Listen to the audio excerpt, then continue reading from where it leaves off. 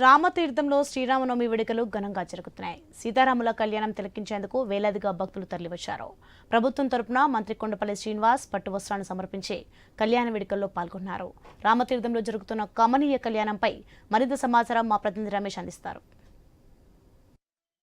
ప్రముఖ ప్రసిద్ధ పుణ్యక్షేత్రము రెండో భద్రాద్రిగా వెలాసిల్లుతున్న రామతీర్థంలోని రాముల వారి కళ్యాణం కమనీయంగా జరుగుతుంది. అయితే ఈరోజు కళ్యాణ మహోత్సవం ప్రారంభోత్సవానికి లక్షలాదిగా భక్తులు రామతీర్థం చేరుకుంటున్నారు. ఇప్పటికైతే చూస్తుంటే క్యూ లైన్లో వేకువజామున నుంచి భక్తులు బారులు తీరి స్వామివారిని దర్శించుకుని అదే ఇంకా కళ్యాణ మండపంలో జరిగే కళ్యాణ వేడుకలకు కూడా అవుతున్నారు. ఇప్పటికైతే ప్రస్తుతానికి ఉదయం నుంచి ఆలయ అనువంశిక ధర్మకర్త పోసపాటి అశోక్ గజపతిరాజు గారు పట్టు వస్త్రాలు సమర్పించారు తీసుకొచ్చి.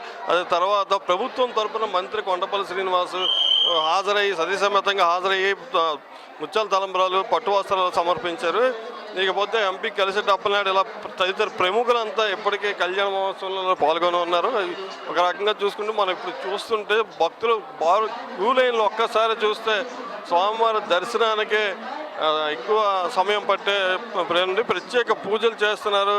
విధంగా సీతారాములు లక్ష్మణ సమేత సీతారాములను దర్శించుకునేందుకు భక్తులు అయితే ఎదురు చూస్తున్న పరిస్థితి చూస్తున్నాము. ఒక రకంగా చూస్తే ఋత్వికులు కూడా సింహాచలం దేవస్థానం నుంచి కూడా ప్రత్యేకంగా ఋత్వికులు వచ్చి ఇక్కడ కళ్యాణ మహోత్సవంలో పాల్గొంటున్నారు.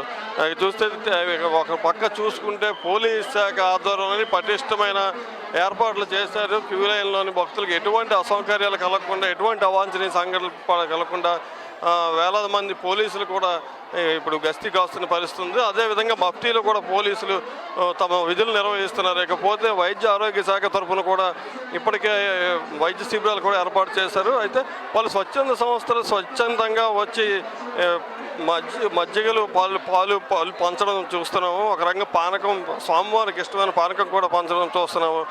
ఏది ఏమైనా సరే అభిజిత్ లగ్నంలో రామతీర్థంలో అంగరంగ వైభవంగా కళ్యాణం మరికొంతసేపట్లో జరుగుతుంది. అయితే ఇది కళ్యాణ మహోత్సవాన్ని కొల్లార తిలకించేందుకు ఇతర రాష్ట్రాల నుంచి కూడా భక్తులు అనేక సంఖ్యలో వస్తున్నారు. దీనికోసం ఆర్టీసీ కూడా ప్రత్యేకంగా సర్వీసులు ఏర్పాటు చేసింది. అదే రకంగా ప్రైవేట్ సర్వీసులు కూడా ఉన్నాయి. అయితే వృద్ధులకి వికలాంగులకి మహిళలకి కూడా ప్రత్యేకంగా దర్శన ఏర్పాట్లు చేశారు.